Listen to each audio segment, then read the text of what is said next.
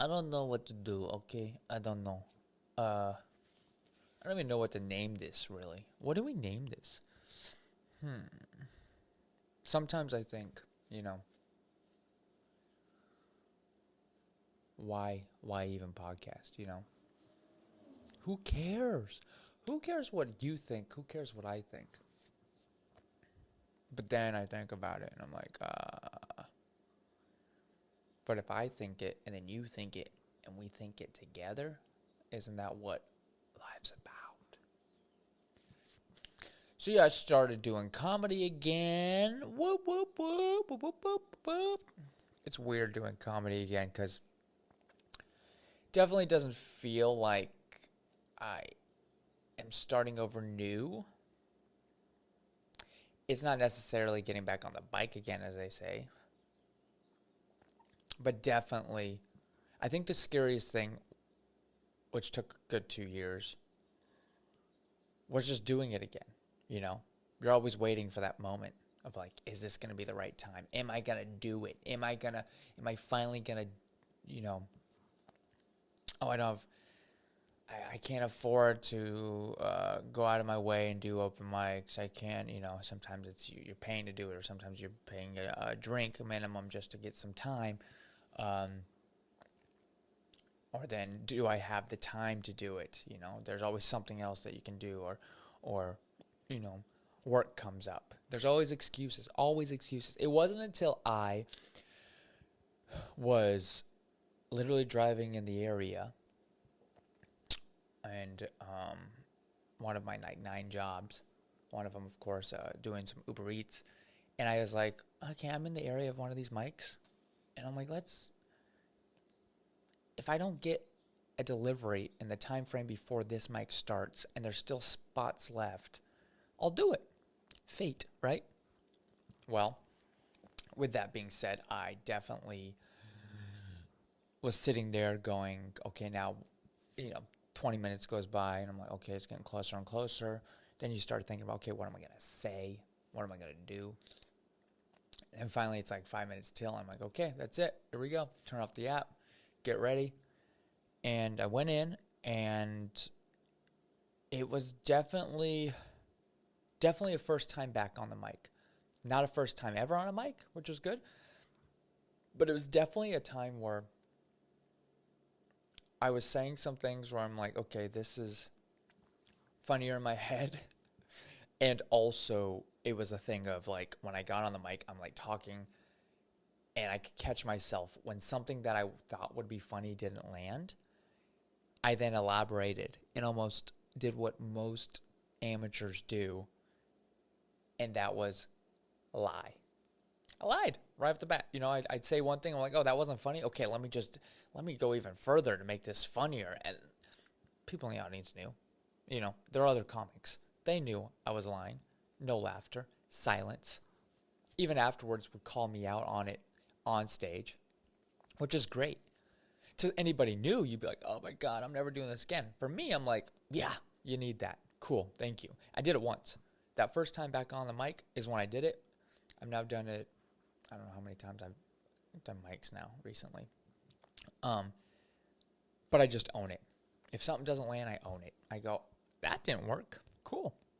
Um, in a lot of these scenes, it's definitely, people aren't really paying attention as much. It's not like real audiences. So it's just a place to work out and get your material out there and see how it plays on stage, see how it sounds. And then you kind of just go off the audience, go off the other comics. Most of them might be on their phone, not paying attention. But it's when they are like on their phone and then you hear like a, huh, you know, they might not even look up, but you just, that. It's like, okay, there might be something there, got their attention. If they look up, that's even another note. So it's constantly me talking, saying what I have to say, and then constantly seeing what everybody else in the room, how they're reacting. And then I record what I say. I might go over some of those actually in some of these episodes, because it'd be cool just to see that, because this is how everybody started. Some people started, you know, and were amazing right off the bat. And some people had room, some this, but for the most part, it's like it's a constant the process, which is what people don't see. We just see the final process. Yeah, when you get better, even the process is really good. But starting out for any open micer, it's the process. It's the, okay, that didn't land. Okay, that was silent. Okay, why was it? And having to roll with the punches and seeing what worked and what didn't work. And now, though, but getting back into it, I'm in that same new brain, different type of thinking. Everything's a joke. I feel more confident in everything else I'm doing. Relationship is with everybody else in my life is great.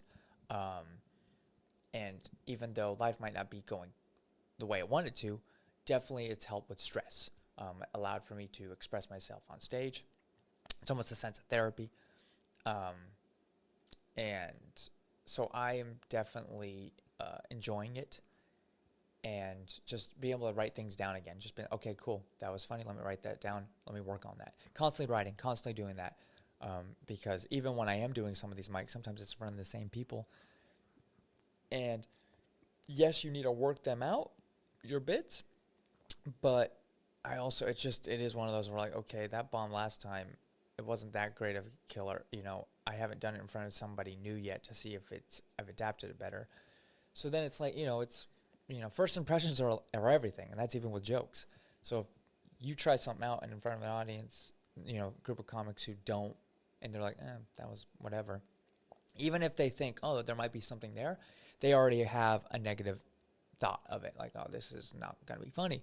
So then if you go back and do that without working it out in front of a different audience, it's not as, you might not get the feedback that you need for it. It might just still be a negative feedback.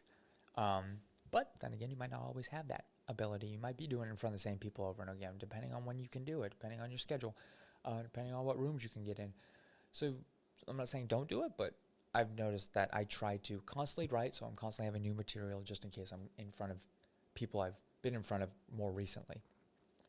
And then bringing that material back later on after I've done it a few times with other audiences. So it's always nice when I'm going, I'm like, oh, cool, there's only one person here who's heard some of the stuff I've been working on.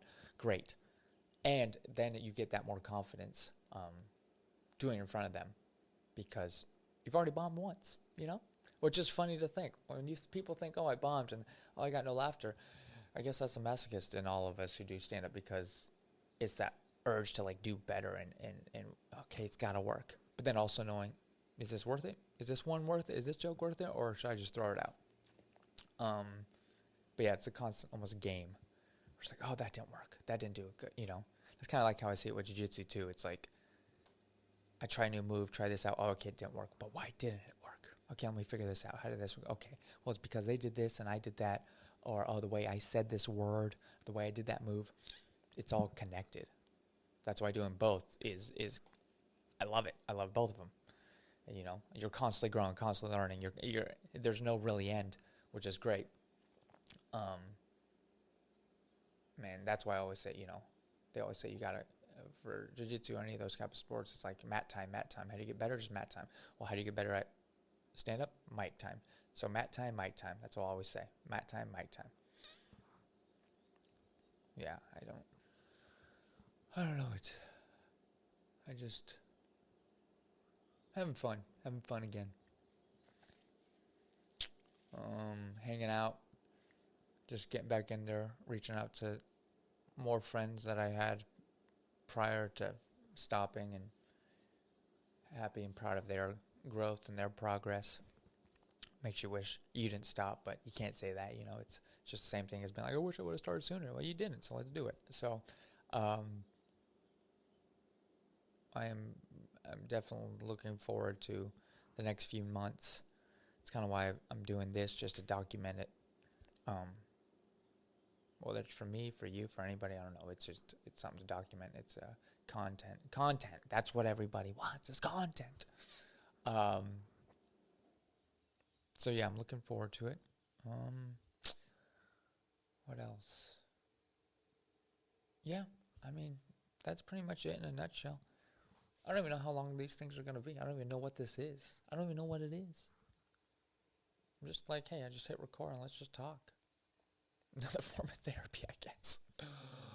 Yeah, what should I call this? Comedy Chronicles. Tales of the Open Mic. Or should it be something like Comedy Confidential. Behind the open mic scene. Or should it call Bombing. Bombing my way to a tight 5. I don't know. You let me know. I don't know. But yeah. So right now I'm looking forward to it. I'm just doing some mics, hanging out with some friends, going to the Comedy Store, hanging out there again. Hung out with my good pal Steve Simone, who got me into comedy, who I met through jiu-jitsu. This last weekend, hung out with him at the store. It was fun, just getting back in there and just hanging out. Just hanging out. That's really what it is. The best part about comedy is the hanging out. Doing the mic is one thing, making people laugh. But the hangout afterwards or before, that's where it's at. That's the community that it's all about. Because once you bombed in front of an audience, you have like a connection with other people. It is funny. Like some people you'll have some who won't talk to you. Okay, scratch that, reverse it. It's not that they won't talk to you, but it's you can have big name comics, and the second you say you are a comic, and like you even have some form of like, oh yeah, I've even had a show. Even just stepping over that level, because most people don't. Even though a lot of people do comedy nowadays, but still a lot of people don't because they're scared of it. Just having that feeling of doing it puts you in a whole new level. And some of these bigger comics see that and go, hey, I started where you are. And they understand it. Some might be dicks, some might not. But at the same time, you're still on a different playing field of like understanding. Not playing field, but like level of understanding that wouldn't be if you've never been on a mic before. Never had to look audience members in the eye and hope what you're saying connects. And when it doesn't connect, know that feeling. Whether it's an audience of 10 people, 100 people, or 1,000 people. But yeah, having fun with that, having fun doing that, fitting that into my schedule again, and just consistency, staying consistent. Because once you fall off, it's like I said, it's easy to make excuses not to get back on again. So just staying consistent, even if it's just one mic a week, at least. And then, I have more time, I can do 2 to 3, Prior to the pandemic, I was doing 2 mics 5 nights a week. I mean, my cousin were doing it constantly. But we were bombing and learning and growing for a year. And so that's why I say it's not like starting over, but definitely it is a feeling of like, it's not a normal, comfortable feeling, It's the same thing as like going to the gym. It's like, you could be consistent, but the second you take off a few weeks, it's just like, you could talk yourself out of it 1,000 times easily until finally you're like, oh, I don't feel good. I should probably go to the gym. Or, oh, summertime's coming. It's time to work out, Summer never comes with comedy. So it's not like it's something you have to, like, oh, I better get back on it now. It's just at this point, it's just life happens regardless. So I'm like, might as well do something I love while I'm working on everything else, and as long as you're progressing and stuff, it'll work out. So okay, that sounds good. Yeah, I still don't know what the name of this is. Untitled Rock Show. No, that's already taken.